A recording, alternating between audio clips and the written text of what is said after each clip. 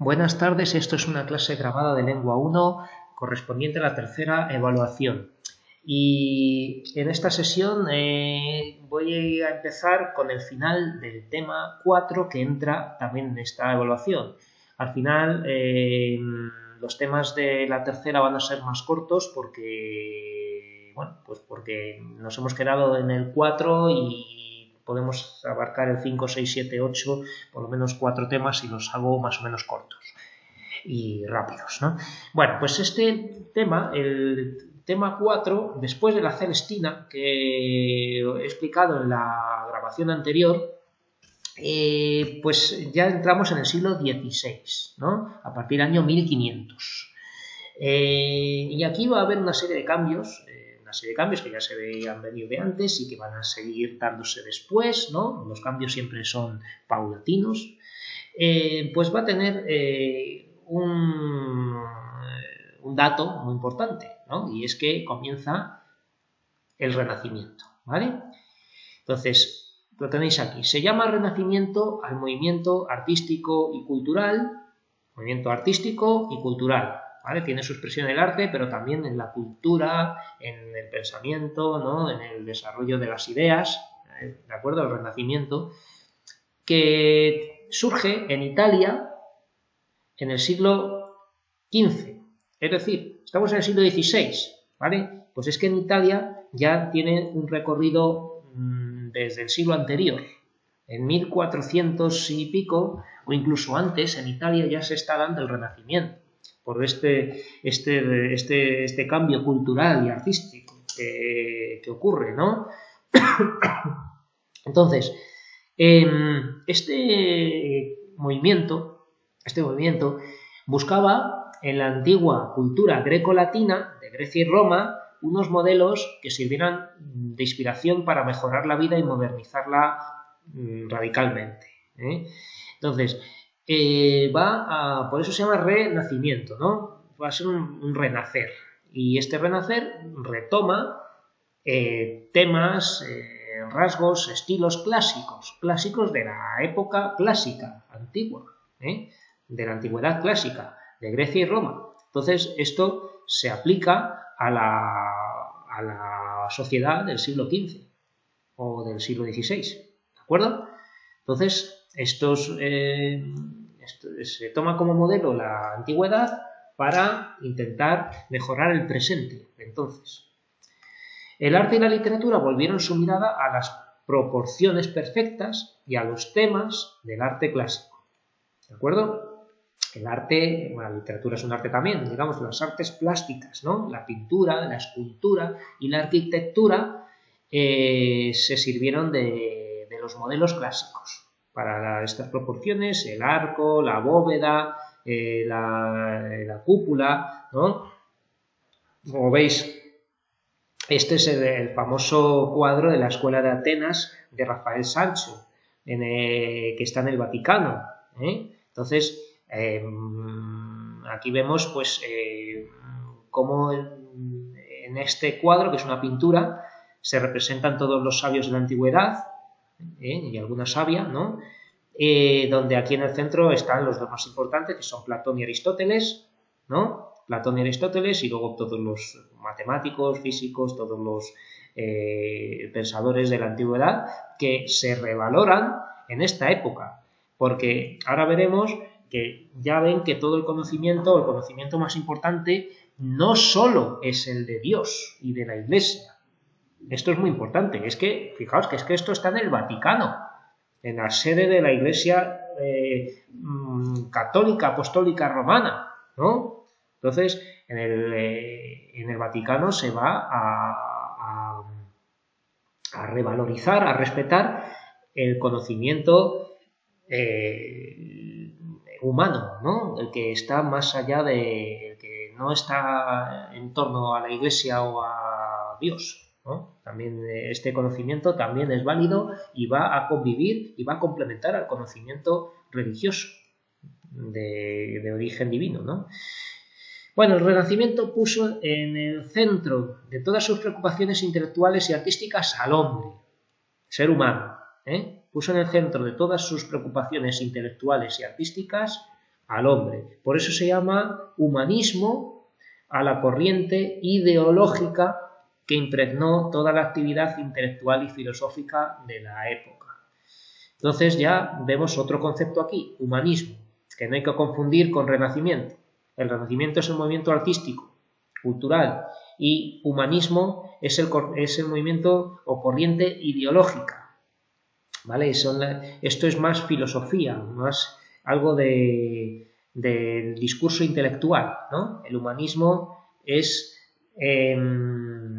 algo propio del pensamiento, de las ideas, de la actividad intelectual y filosófica. Características del Renacimiento generales, no solamente literarias. Ahora vamos a ver qué pasa en literatura. Pero en el arte, o en todas las artes en general, el Renacimiento, acordaos de que es un movimiento artístico, vamos a tener tres rasgos comunes. Antropocentrismo frente a teocentrismo, ¿vale? ¿Esto qué es? Bueno, pues que en la Edad Media Dios era el centro en torno al cual giraba toda la actividad humana, ¿vale? Todo tenía que depender de Dios, todo tenía que ver con Dios, ¿no? Era el centro de la actividad, del pensamiento, de la cultura, ¿verdad? Era una sociedad pues que en todos sus avances tenía que tener a Dios muy presente, ¿no? Entonces, eso se llama teocentrismo. Y era lo que había en la Edad Media, el teocentrismo. Por el contrario, en el Renacimiento va a haber un cambio. Y es que el Renacimiento fue una época donde va a comenzar el antropocentrismo, ¿vale? El antropocentrismo, la época antropocéntrica, ¿vale? Tiene que ver con el centro puesto en el hombre, en el ser humano, ¿vale? No es que dejen de lado a Dios, no es que se vuelvan ateos ni nada de eso, no, siguen siendo gente religiosa, pero hay una confianza en el ser humano y el ser humano se ve como gran creador, como algo hermoso, perfecto, que tiene tanta importancia como lo que pase con Dios o lo que diga la Iglesia o Dios, ¿no? El ser humano es, digamos, el otro foco o el centro también de todo, ¿de acuerdo? Entonces, comienza el antropocentrismo en el Renacimiento, ¿vale? Ya sabéis que antropos significa hombre en griego, ¿vale? Entonces, por eso que es el centro alrededor del hombre, ¿vale? Antropos. Optimismo y confianza en la razón. Aunque seguían siendo religiosos, consideraban que la razón también es un don de Dios, en el que podían confiar para conocer el mundo a través de la ciencia y de la experimentación. ¿De acuerdo? Entonces, la razón. Darle importancia a la razón, esto es otro rasgo importantísimo del Renacimiento. Que la razón, además, no entra en conflicto con los dogmas religiosos. La razón no entra en conflicto con Dios, porque consideran que la razón es un don de Dios, que si Dios nos ha dado la facultad de pensar y de razonar, es que está bien, ¿no? Entonces, se puede conocer el mundo a través de la razón, usando la ciencia, los experimentos, la observación muy rigurosa, ¿no? Servirse de los textos que han escrito en el pasado, ¿vale? Claro, es que aquí no pone, porque no me quiero extender, pero una cosa que ocurre en esta época, en los siglos XV, XVI, ¿no? En Italia ya un poco en el siglo XV, es que hacen muy rudimentarios, pero hacen excavaciones arqueológicas, tienen restos romanos de la antigüedad clásica y los desentierran y empiezan a ver lo bien hechos que están. Como son inteligentes y observadores, se dan cuenta de cómo están las proporciones en la arquitectura, cómo están hechas las esculturas de mármol, ¿no? O sea que empiezan a darse cuenta de que eso, todos esos restos, todo ese arte que había en el antiguo Imperio Romano o en la República Romana, ¿no? En lo que habían hecho sus antepasados, eran de antes de Cristo.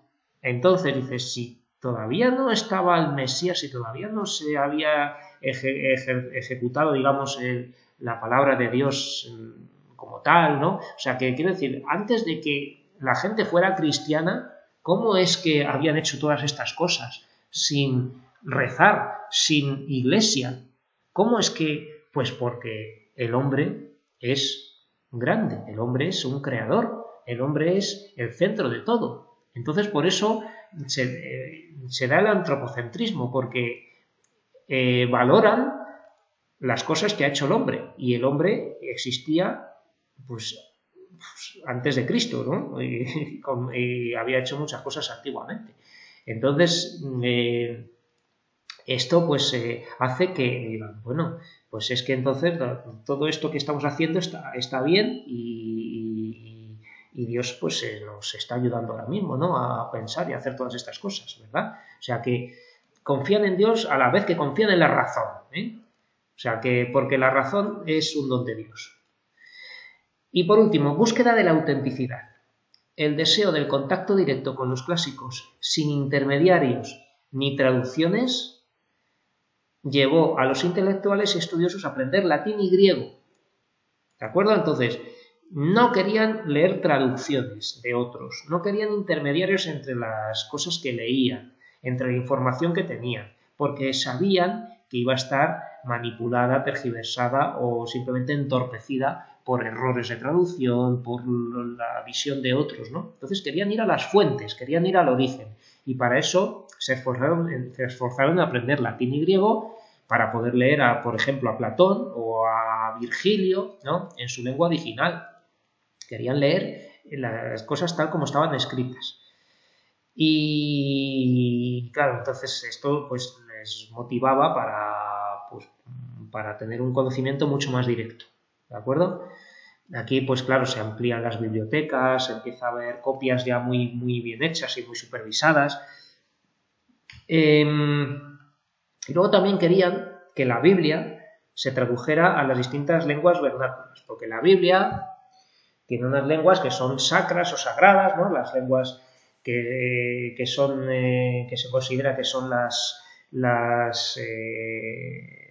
propias de la palabra de Dios, ¿no? En la Biblia, que es el hebreo, obviamente, el arameo y el griego.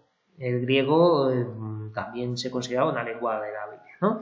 Y por último también añadieron el latín por la Vulgata, que era la traducción de la Biblia más difundida, que a partir del siglo III o IV, ¿no? Después de Cristo, después de los concilios que hubo por allí, pues ya consideraron que el latín también era una lengua sagrada para la Biblia, ¿eh? Entonces, hebreo, griego, arameo y latín. ¿Y qué pasa? Pues que la gente no sabía ni griego, ni hebreo, ni arameo, ni latín, ¿de acuerdo? Entonces, pues dijeron, pues hay que traducir la Biblia a las lenguas vernáculas, que son las lenguas que no son estas lenguas sagradas que son las de la Biblia, ¿no? Entonces, querían que se pudiera traducir a italiano, a francés, a inglés, a lo que fuese. Y claro, esto ya siembra un poco la discordia, porque la Iglesia decía que estaba prohibido traducir la Biblia. Y estos humanistas, estamos en el humanismo, estos pensadores de la época del Renacimiento, decían que sí se debía poder traducir la Biblia para que la gente entendiese bien lo que decía, ¿no? Bueno, pues esto se queda ahí. Digamos que van a poderse traducir algunos fragmentos de la Biblia, ¿no? Hay quien traduce solo el Nuevo Testamento o algún pasaje, y ya veremos luego qué pasa con esto. ¿De acuerdo? Bueno, dice aquí, el hombre renacentista consideraba que el contacto directo con los sabios acercaba al hombre a la sabiduría y el contacto directo con los textos sagrados a la espiritualidad, ¿vale? Entonces, pues eso, que por un lado leer a Platón, Virgilio y todos estos autores, ¿no? No sagrados, por así decir, pues eso va a traer sabiduría. O sea, que no es algo impío ni despreciable, ¿no? O sea, que se pueda leer a Platón o Horacio, Virgilio, Séneca, Catulo, Cicerón, etcétera, en latín o en griego, lo que sea, pues es muy importante, ¿no? Y luego, pues poder tener contacto directo con los textos sagrados en caso de que alguien aprenda hebreo, ¿no? Que también había humanistas que estudiaban hebreo, pues eso les acercaba a la espiritualidad, ¿de acuerdo? O sea, que había que ir a las fuentes, búsqueda de la autenticidad, que es lo que dice este punto. Bueno, ya me he extendido mucho, pero bueno. Vale, de aquí de este tema, porque todavía estoy acabando el tema 4, tengo que explicar brevemente que también puede entrar en la tercera evaluación las novelas o sea, la narrativa del Renacimiento, la narrativa renacentista. Y vamos a dividirla en dos bloques, que son novelas idealistas y la novela realista, ¿vale? Las novelas idealistas, en plural, porque son 4 géneros, y la novela realista, que solo vamos a tener 1. Bueno, pues, ¿qué es esto de las novelas idealistas? Pues que durante el siglo XVI asistimos al desarrollo de distintos géneros que tienen en común la huida de la realidad y la recreación de mundos idealizados y de aventuras prodigiosas, es decir, cosas que no ocurren en la realidad, pero que a la gente le podía gustar leer. Y había escritores a quien les encantaba escribir novelas así, ¿de acuerdo? Se inspiraban en tradición literaria, en mitos, leyendas, en historias de todo tipo que no fueran reales o no muy reales, y eso servía para, digamos, desarrollar estas novelas idealistas. El primer tipo va a ser la novela pastoril, ¿vale? La novela pastoril es que en ella hay pastores, los protagonistas son pastores, por eso se llama pastoril, que expresan sus sentimientos y sus penas de amor en un ambiente natural e idealizado, ¿vale? Esto es un tópico literario que yo lo explicaré en cuanto pueda, que se llama locus amenus. Locus, que se dice amenus, pero se escribe amoenus, ¿de acuerdo? Locus significa lugar, amenus, ameno, ¿vale? Lugar ameno. ¿Vale? Pues esto es un tópico que se va a repetir en la literatura, que es un escenario de naturaleza idealizada, donde los prados son verdes, las aguas son cristalinas, hay el rumor de una fuente, de un río, de un manantial, y hay flores, hay pájaros que cantan, ¿no? Aves, avecillas que cantan en los árboles, muchas de todos los colores y muy bonitas. Bueno, en fin, o sea, una naturaleza idealizada donde en ese escenario, digamos, los pastores, que no son pastores realmente, sino que son prácticamente poetas, ¿no? Son gente refinada, culta, sensible, que está dolida por amores, muchas veces con otras pastoras, pues van a tener una serie de interacciones, de diálogos, de historias, ¿no? Que van a contar y que van a desarrollar. Y pues el tema fundamental es el amor, ¿vale? en este lugar. Y esto es una novela, que luego ya en otro momento explicaré otro género donde ocurre lo mismo, pero suele ser poesía, ¿vale? Entonces, la novela pastoril es, digamos, este tipo de novela. La más importante es la Diana, ¿vale? De Montemayor, Jorge de Montemayor. Este es el título que os puedo preguntar sobre novela pastoril. Novela sentimental. Esto es otro género que se llama novela sentimental, que narra amores desdichados de los personajes que las protagonizan. ¿De acuerdo? Va a haber personajes que van a sufrir por amores, van a acabar mal, es muy triste, muy intenso todo, ¿no? De amor, y en ellas se incluyen muchos elementos simbólicos también, como si fueran metáforas o símbolos, ¿no? Dentro de un escenario ahí que parece que es real, pero no. Pues una prisión puede ser una cárcel, o sea, un sentimiento amoroso frustrado, ¿no? Una prisión, unos instrumentos de tortura en esa prisión no dejan de ser distintos aspectos del dolor amoroso, ¿no? Del dolor de la imposibilidad de esa relación, o de la frustración, o de todo aquello, pues esos tormentos que puede sufrir el protagonista. ¿vale? Entonces esto tiene raíces medievales, ¿no? Pues todo, con todos los... esta tendencia, digamos, a simbolizar cosas con otras imágenes, ¿no? Algo más visual, como, pues eso. No hay nada más visual y simbólico que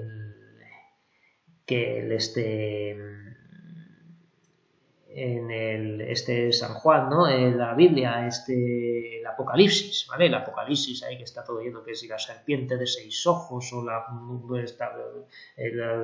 no sé qué de 4 cuernos, no sé qué de 6 lenguas, o sea que estas cosas que, pues esas cosas no son símbolos, son metáforas, ¿vale? Entonces estas cosas pues influyen en estas novelas sentimentales, ¿vale? Estos elementos simbólicos. Pero bueno, lo más importante es eso, que narra amores desdichados de personajes, y la más importante es Cárcel de Amor, de Diego de San Pedro. ¿De acuerdo? Aprendeos este título, Cárcel de Amor, de Diego de San Pedro, novela sentimental.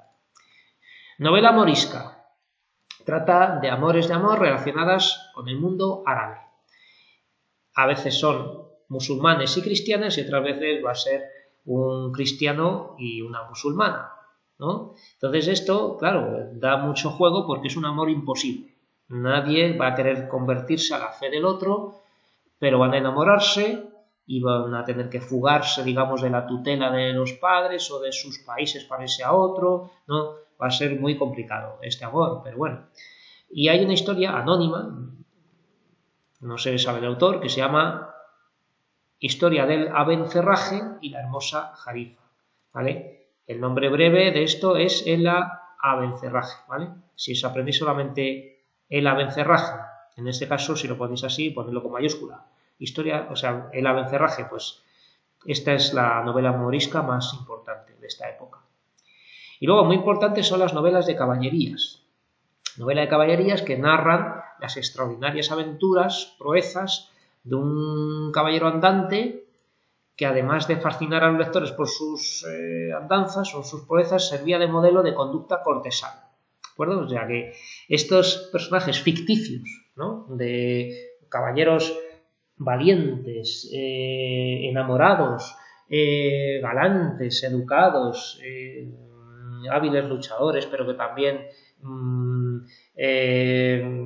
estupendos jinetes a caballo y bueno, pues con todas estos gestos, estas palabras, estas cosas que hacían estos personajes literarios, que son de las novelas, influían en las personas reales. O sea, la gente que leía estas novelas pues se comportaba, podía comportarse en algunos aspectos como estos protagonistas de las novelas de caballerías. Las novelas de caballerías también incluían elementos sobrenaturales, como magos y seres fantásticos, ¿no? Como gigantes, dragones o lo que sea, ¿vale?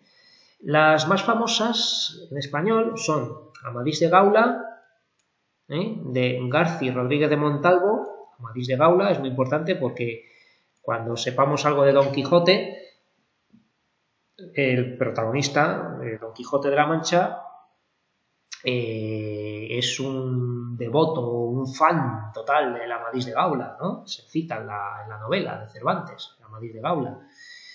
Y luego otra que estaba antes en valenciano, porque esto se escribió primero en valenciano, la escribió Joanot Martorell en valenciano, y luego fue traducida a castellano en 1511, ¿vale? Pues en castellano la tenemos a partir de este año, que es cuando esto, como ya sabéis, se imprimen en la imprenta, esto no son manuscritos. Bueno, pues Tirante el Blanco es otra novela muy, muy famosa de un caballero andante, ¿no? Un caballero andante, pues es un caballero errante, andante, que no tiene tierra, o que le han echado a su tierra, o que está buscando su reino, o que va a estar al servicio de un rey y también esperando. Al final, el premio suele ser que le dan una tierra o consigue una tierra para él y se convierte en conde o en duque o lo que sea, ¿no? Entonces, un caballero pues va a buscar medrar, ascender, pero con aventuras, haciendo justicia, ¿no? Luchando contra algún mago, o lo que sea. Bueno, y todo esto pues son novelas idealistas, porque ahora va a estar en contraste la novela realista, donde el género más importante, el único, digamos, de esta época es la novela picaresca. Vale, entonces, este género descarta toda evasión de la realidad y la describe con toda su crudeza. Esto va a ser real, va a ser la realidad misma, ¿no? No hay magos, ni gigantes, ni amores bonitos, ni nada. ¿Vale? Entonces, el antecedente es la Celestina, porque la Celestina ya era bastante realista, bueno, muy realista, ¿no? Lo que pasa es que era un estilo ahí de diálogos, bueno, que no era una novela normal de todo, la Celestina. Pero sí que tiene en común con ella retratar los bajos fondos, ¿no? Las gentes vulgares, comunes, gente de la calle, gente sabia, digamos, en buscarse la vida en su capa social que es pobre, ¿no? Pues eso, como pues, prostitutas, criados, ¿no? Todo esto de la Celestina va a ser un antecedente, una fuente de inspiración muy buena para la novela picaresca, ¿de acuerdo? Bueno, entre la Celestina y lo que vamos a contar ahora, que es el Lazarillo de Tormes, hay una novela que se llama La Lozana Andaluza, ¿vale? Una novela dialogada también, ¿vale? Que trata de una prostituta en Roma, ¿no? Una especie de pícara, una mujer que sabe valerse con sus habilidades, ¿no? Entonces, La Lozana Andaluza es esto. Bueno, pero vamos a llegar al Lazarillo, que es la novela picaresca por excelencia, y tiene estos rasgos. Protagonizada por un pícaro. ¿Qué es un pícaro? Pues es un personaje, ¿no? En estas novelas se narra la vida de un personaje de origen humilde, muy humilde, que tiene que ganarse la vida desde muy pequeño. Y para ello tiene que recurrir al engaño o a la trampa, ¿no? A buscarse triquiñuelas, va a buscarse las mañas, las maneras de sobrevivir, porque no quiere hacer otra cosa, no es que le vaya bien y quiere que ella vaya mejor, no, lo que va a buscar es sobre todo comer, ¿vale? ¿Qué es lo que pasa aquí? El tema del hambre, que es muy frecuente que el motor que mueva al pícaro es la necesidad de buscar alimento, porque no tiene que comer. Y por último, sería otro rasgo el aprendizaje, que en estas novelas pues hay un aprendizaje que se lo llevan en su propia piel, por así decir, que tienen que aprender como sea y no son consejos o moralejas como en los cuentos del Conde Lucanor, ¿vale? Que es lo que pone aquí. De hecho, es casi...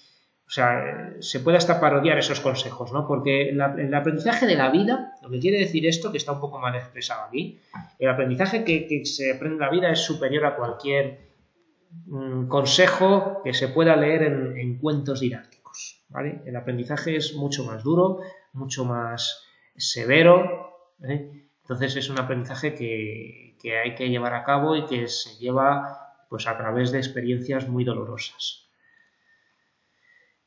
Las obras en el Renacimiento, en el siglo XVI, vamos a tener solamente una, que va a ser La vida del Lazarillo de Tormes, que se titula así, del año 1554. El autor es anónimo, aunque ya han dicho varias teorías bastante plausibles, bastante creíbles de quién puede ser, ¿vale? Se cree que fue Alonso de Valdés, aunque también hay otras propuestas anteriores a esa que también son bastante posibles. Tiene muchos continuadores el Lazarillo y durante el siglo XVII, aunque ya estamos en época barroca, va a haber otras obras como El Buscón de Quevedo, ¿vale? La vida del Buscón Don Pablos, ¿vale? El Buscón de Quevedo. También una de las novelas ejemplares de Cervantes, El Rinconete y Cortadillo, ¿vale? Rinconete y Cortadillo, de Cervantes. Y, por ejemplo, una pícara, para que no digan que no todos son personajes masculinos, ¿no? Pues que también había pícaras, ¿no? La pícara Justina, de López de Úbeda, ¿de acuerdo? Bueno, vamos con el Lazarillo. En enseñanza presencial sí que la han leído todos los alumnos, pero en distancia no lo leéis. Entonces, como no se puede mandar leer en distancia, pero yo recomiendo que lo leáis, claro, que es muy importante que conozcáis esta obra. Entonces, se lee rápido, el lenguaje es un poco difícil porque es del año 1554, pero es una novela que hay que leer por lo menos una vez en la vida, El Lazarillo de Tormes. Bueno, la obra aparece publicada por primera vez en 1554. Se ha atribuido a diferentes autores, si bien no hay acuerdo en quién pudo ser el autor, ya dicen bastante que sí, ¿no? Alonso de Valdés, pero bueno, que también había otro autor que ahora mismo no recuerdo, un fraile, ¿no? No me acuerdo. Bueno, en fin, pero que pudo ser algún otro autor. Lo que sí parece claro es su voluntad de ocultar su identidad. Claro, también decía mi profesor, ¿no? En la universidad, Juan Victorio, decía, dice, ¿cómo lo van a encontrar ahora si no lo encontraron en el siglo XVI? Si supo ocultarse también, ¿cómo lo van a encontrar ahora? Que sabemos mucho menos y se han perdido muchos textos y quedan muy pocos restos de lo que hubo hace 400 años, ¿no? Bueno, pues claro, es también posible que ni lo sepan ni lo puedan saber. Pudo ser cualquier persona con un mínimo de cultura, ¿no? Que supiese escribir bien, pero bueno, claro, se ponen a rastrear comparando con unos y otros y eso y llegan a conclusiones de que pudo ser este u otro por la manera de escribir o lo que sea, pero realmente puede ser alguien que no sepamos nunca quién pudo ser. Y eso lo hizo ocultar su identidad para evitar problemas con la Inquisición, dadas las numerosas burlas que se hacen a la avaricia y a la deshonestidad de los clérigos. ¿De acuerdo? Sobre todo el episodio del clérigo, que ahora contaré algo. El género es una novela epistolar, por no decir novela directamente, pero es una novela epistolar porque tiene forma de carta. Una epístola es una carta, ¿vale? Entonces, es una novela que tiene una forma de carta autobiográfica, porque en esa carta, que está destinada a alguien importante, que llama vuestra merced, ¿vale? No sabemos quién, pero es alguien importante porque se dirige a él con mucho respeto, ¿no? Y pues en esa carta va a narrar las explicaciones de lo que se llama el caso. Van a referirse al caso. Bueno, voy a contar lo que pasa con el caso, ¿no? Todo gira en torno a lo que llama el caso, que es una especie de confesión, el caso, en la que Lázaro explica cómo ha llegado a aceptar que un arcipreste, un alto cargo de la Iglesia, el arcipreste de San Salvador, esté amancebado, es decir, que sea amante de su mujer. Es decir, Lázaro está casado con una mujer de la cual todo el mundo sabe que se está acostando con el arcipreste de San Salvador y él lo consiente, ¿no? Y esto es lo que llama el caso. Dice, bueno, pues en esta carta, vuestra merced, os voy a explicar el caso que consiste en esto y por qué he llegado a esto y por qué esto es así, ¿vale? Entonces va a explicar con sus vivencias la justificación del caso, ¿vale? En la misiva es en la carta, ¿vale? En la carta, en esta larga carta que es una novela, ¿no? Una novela picaresca, el protagonista, que es el Lazarillo de Tormes, Lazarillo de Tormes, va a explicar cómo ha llegado a aceptar que el arcipreste de San Salvador esté amancebado con su mujer.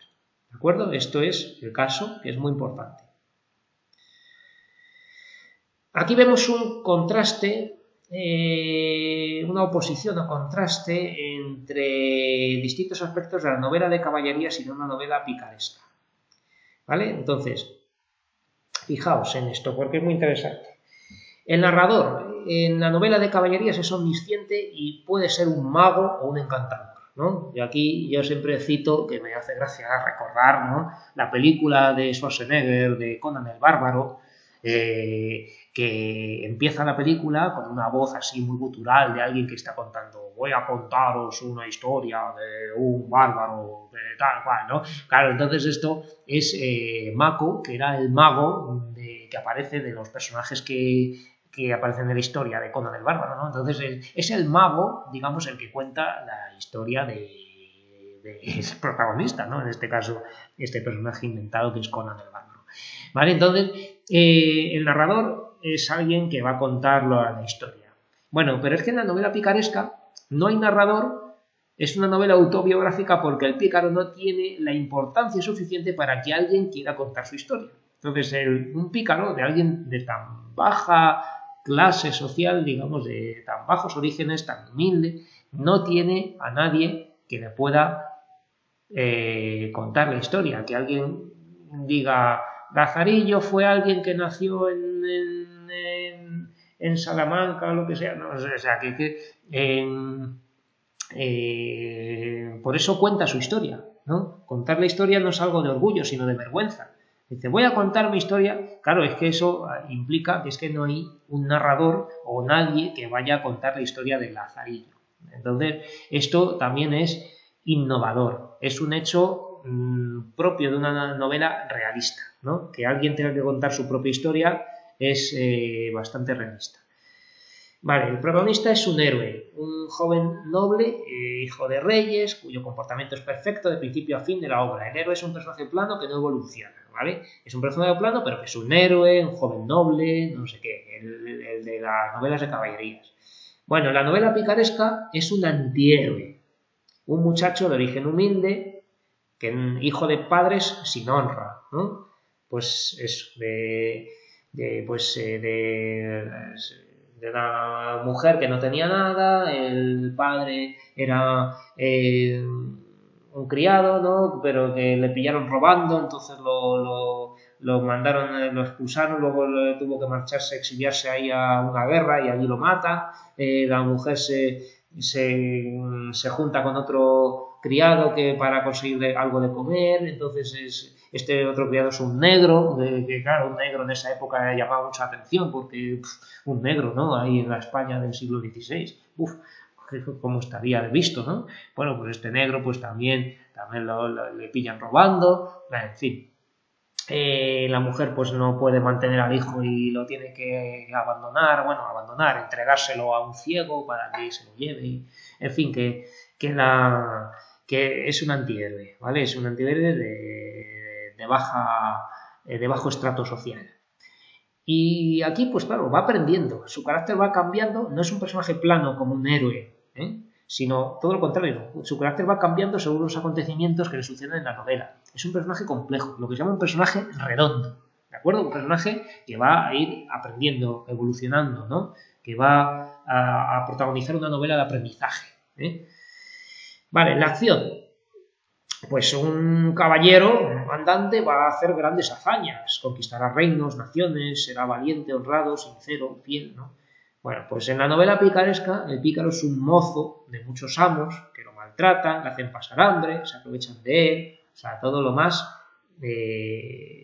humilde, lo más bajo, lo más humillante, ¿vale?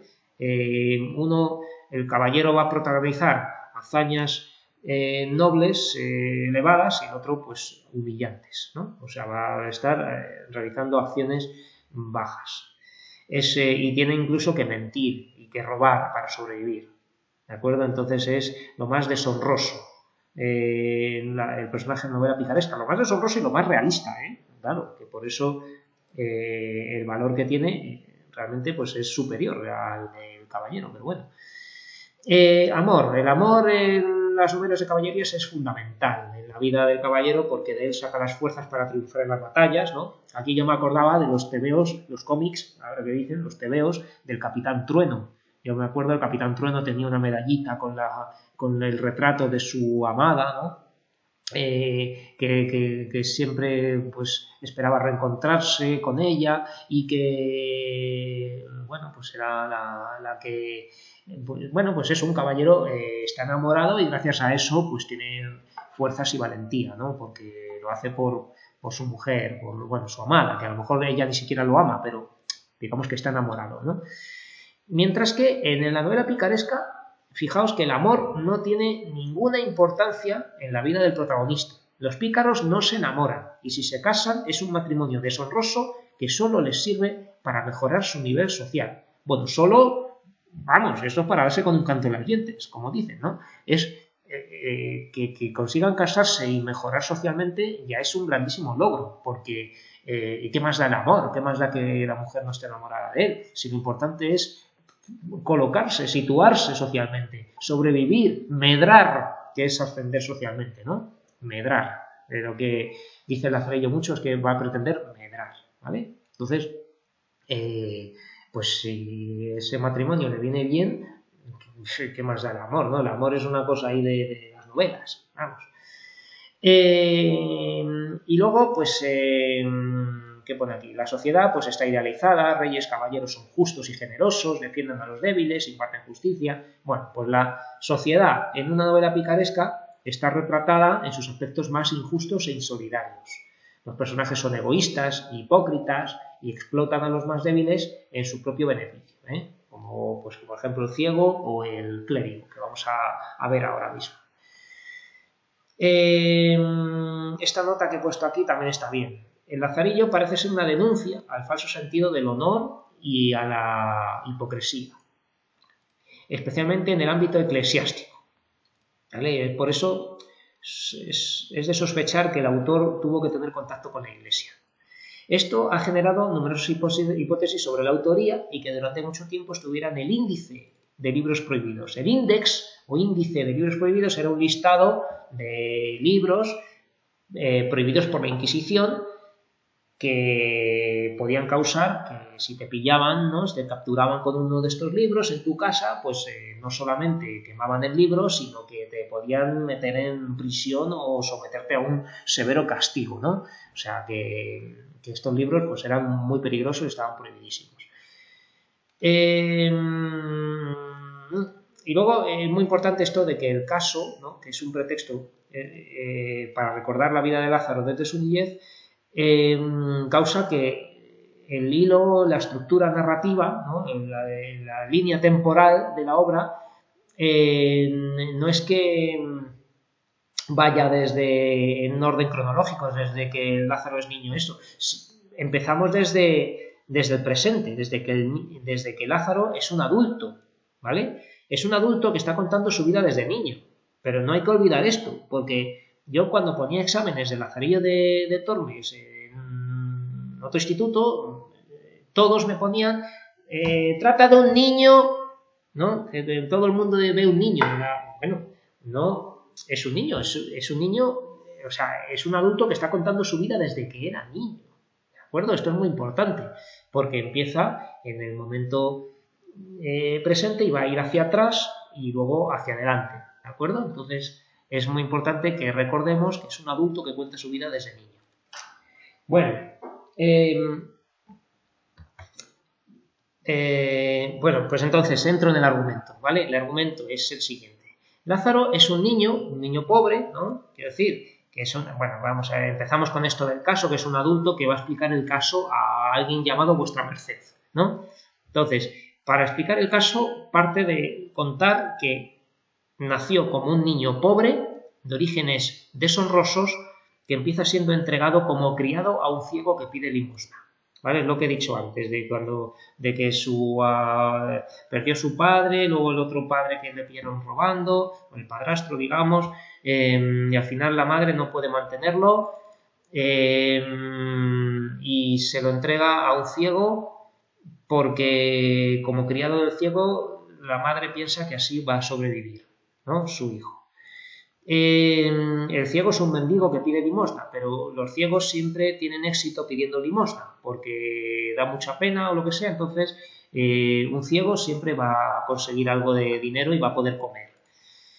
Entonces, a lo largo de los años va a pasar por distintos amos mezquinos y crueles, ¿no?, sobre todo muchos de ellos, otros no tanto, pero que también van a ser muy perjudiciales, y va a aprender que solo con la astucia y el engaño podrá sobrevivir, ¿vale? Consigue finalmente una cómoda posición, pero a costa de su honra. Entonces es así como sobrevive Lázaro, ¿no? Que consigue una cómoda posición a costa de su honra. Si no, estaría muerto.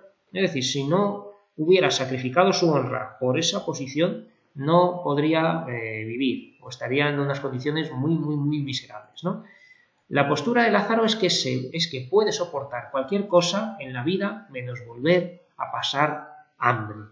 Es decir, el niño, el chico, el joven, ¿no? Porque ha pasado de niño a chico, a joven y luego adulto, ha pasado tanta hambre, lo ha pasado tan mal, que prefiere ser un cornudo, porque va a estar casado con una mujer que es la amante de un arcipreste, prefiere ser un cornudo a pasar hambre.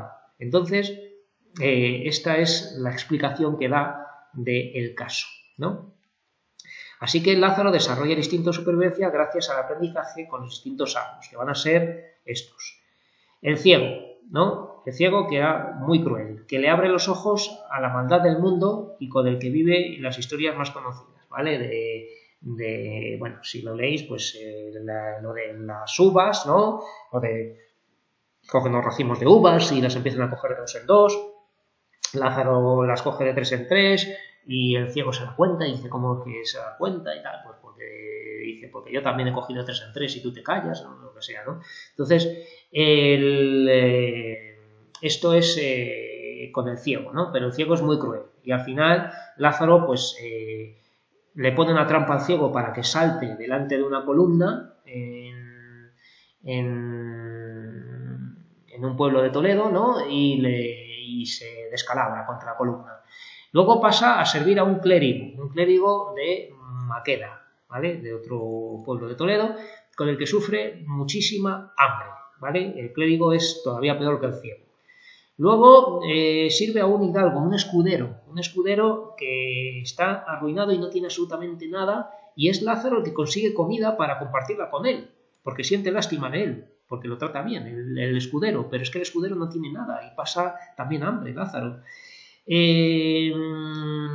Luego pasa muy brevemente, está con un fraile de la Merced, de una orden de frailes, ¿no? Un fraile mercedario, de dudosa moralidad, porque no lo explica, pero aquí se entiende que este fraile era pederasta. Entonces Lázaro huye, ¿no? De este fraile. Luego pasa a servir a un vendedor de bulas o un buldero, que era corrupto, ¿vale? Un vendedor de bulas son unos documentos con los que se obtiene el perdón por pecados y eso está hecho por la Iglesia, ¿no? Entonces esas bulas pues eran falsas, ¿no? Y estaba compinchado con un alguacil, o sea que va a colaborar con un vendedor de bulas, pero que ve que es un corrupto total. Luego trabaja con un capellán, luego muy brevemente con un maestro de hacer panderos, que se hace, machacan de esto, hacen pigmentos para hacer pintura y no sé qué, pero también está muy poco. Luego con un alguacil, y de aquí pues lo pasa también bastante mal, porque un alguacil pues es un cuadrillero, una especie de agente de autoridad y tal, y con el alguacil pues claro, ve que es un oficio muy muy peligroso, tan peligroso que él mismo se retira porque pues casi lo matan, ¿no? Le tiran piedras por ahí, lo persigue la gente y tal, porque como agente de autoridad pues lo pasa muy mal, Bueno, a partir del capellán, que con el capellán él no lo pone aquí, le sirve llevándole agua, es el que le da un trabajo de aguador, el capellán le da trabajo de aguador. Entonces ya consigue ahorrar, comprarse una capa y una espada, ¿no? Y por eso luego con el alguacil pues tiene ahí un poco de ropa, ¿tal? Y luego consigue el cargo de pregonero gracias al arcipreste de San Salvador, del que hemos hablado, que además le ofrece mujer y una casa cerca de la suya. Entonces es que el arcipreste ya le da todo lo que necesita para sobrevivir y tener una posición respetable, pero claro, lo que no sabía cuando acepta todo esto Lazarillo es que la mujer es su amante, con lo cual él quería tapar un poquito aquello casándola con él y que tenga la casa al lado, pues le viene bien para que la mujer entre y salga de la del arcipreste para tener relaciones con él tranquilamente, ¿no? Entonces, claro, entonces esto pues pues bueno, pues al final lo asume, lo acepta, lo comprende y le parece bien, ya que, o sea, me dijo una alumna en clase, no, es que es una relación abierta. No, no es una relación abierta en esta época, donde la reputación de los hombres estaba tan mal, ¿no? De ser cornudos y su mujer se acuesta con otro, ¿no? Eso no existía. Pero sí que podía aceptarlo por sobrevivir, ¿no? Por el hambre que había pasado. Y nada, aquí hay una serie de preguntas, que esto se hace en la enseñanza presencial, pero que tenéis aquí, por si quisierais leer la obra y practicar y todo eso, y conocerla. Y ya con esto acabo esta clase porque ya me he pasado de tiempo y el próximo día empiezo el siguiente tema. Hasta luego.